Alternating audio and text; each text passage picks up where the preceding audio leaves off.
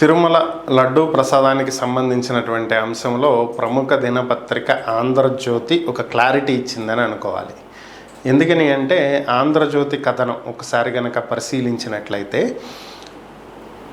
ఆంధ్రజ్యోతి చెప్పింది ఏంటి అంటే ఈ శాంపిల్స్ ట్యాంకర్ నుంచి తీసి పంపించారు అని చెప్పి ఒక క్లారిటీ ఇచ్చింది. అంటే ఇవి తయారీ కేంద్రంలో తీసినటువంటి శాంపిల్స్ కాదు. సో అంటే తయారీ వరకు ఈ కల్తీ వెళ్ళలేదు అనేది అక్కడ ఒక క్లారిటీ వచ్చేసినట్టే. నెక్స్ట్ అంశం ఏంటి అంటే ఎవరైతే ఈ కాంట్రాక్ట్ తీసుకుంటారో వాళ్ళు బయట నుంచి ఒక సర్టిఫికేట్ తెచ్చుకుంటారు ల్యాబ్ నుంచి, అది అధికారులకు ఇస్తారు. ఆ సర్టిఫికేట్ చూసిన తర్వాత ఇదంతా బాగుంది అనుకున్న తర్వాతే ట్యాంకర్లని పిలిపిస్తారు. సో ఆ ట్యాంకర్లు వచ్చిన తర్వాత కింద తిరుపతిలో ఉన్నటువంటి ల్యాబుల్లో టెస్ట్ చేస్తారు. ఆ టెస్ట్ చేసిన తర్వాత వాటిని పైకి పంపిస్తారు. పైకి వెళ్ళిన తర్వాత పైన ల్యాబ్లో టెస్ట్ చేస్తారు. ఆ తర్వాతే వినియోగిస్తారు. ఇదంతా నేను చెప్తున్నది కాదు, ఇదంతా ఆంధ్రజ్యోతి చెప్పింది. సో అలాగే ఈ ఆంధ్రజ్యోతి చెప్తున్నటువంటి మరొక అంశం ఏంటంటే ఇటువంటి తనిఖీలు జరగలేదు. అలాగే ఏ డైరీ సంస్థకైతే కాంట్రాక్ట్ ఇస్తారో ఆ డైరీ సంస్థ వద్దకు నేరుగా టీటీడీ అధికారులే వెళ్ళి అక్కడ పరిశీలించి పరిస్థితులు ఎలా ఉన్నాయి, కల్తీ జరుగుతుందా లేదా అనేది వాకప్ చేసుకుంటారు. కానీ గత ప్రభుత్వ హయాంలో అది కూడా జరగలేదు.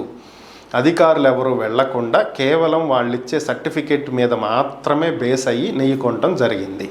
అలాగే ఇక్కడ జరగాల్సినటువంటి ల్యాబ్ టెస్టుల్లో కూడా సరిగ్గా అనుభవం ఉన్నటువంటి వ్యక్తులు నియమించుకోకపోవటం, సరైనటువంటి అత్యాధునిక పరికరాలు లేకపోవటం, వీటి వల్ల సరైనటువంటి టెస్టులు నిర్వహించలేకపోయారు. ఇది కూడా ఇంకొక కారణం. అలాగే మైసూర్ నుంచి కూడా ఒక టెక్నీషియన్ని ఇక్కడ అపాయింట్ చేసుకున్నారు అని కూడా చెప్పింది. దీంతో పాటుగా ఫుడ్ సేఫ్టీ అధికారి అలాగే ఆయన పర్యవేక్షణలో పనిచేసేటువంటి మరికొంతమంది లడ్డు తయారీ కేంద్రాల్లో ప్రతిరోజు తనిఖీలు నిర్వహించాలి. కానీ గత ప్రభుత్వ హయాంలో ఇవి కూడా జరగలేదు, వాటిని కూడా నిర్లక్ష్యం చేశారు అనేది ఆంధ్రజ్యోతి కథనం. అంటే ఓవరాల్గా ఏదైతే ఇప్పుడు కొత్త ప్రభుత్వం అయితే నేషనల్ డైరీ డెవలప్మెంట్ కార్పొరేషన్ నుంచి అత్యాధునికమైనటువంటి పరికరాలు కొని ల్యాబ్ ఏర్పాటు చేస్తాము, దీనికి 75 లక్షలు కేటాయిస్తున్నట్లుగా చెప్పారు.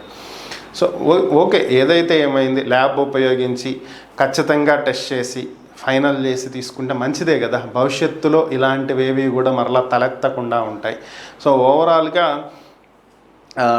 గతం ఇప్పుడు వచ్చినటువంటి ఆరోపణలు ఏంటి, ఆల్రెడీ ఇలాంటి వాటితోటే లడ్డూలు తయారు చేశారని. కానీ ఆంధ్రజ్యోతి కథనాన్ని చూస్తే ఇవి లడ్డు తయారీ దగ్గర తీసుకున్నటువంటి శాంపిల్స్ కాదు, వచ్చినటువంటి ట్యాంకర్లో తీసుకున్నటువంటి శాంపిల్స్. కాబట్టి ఇవి అక్కడ వరకు వెళ్ళలేదు అనేది ఇక్కడ క్లారిటీ వచ్చేస్తున్నటువంటి అంశం. సో కాబట్టి దీని గురించి భయపడాల్సినటువంటి అంత అవసరం ఉండకపోవచ్చేమో.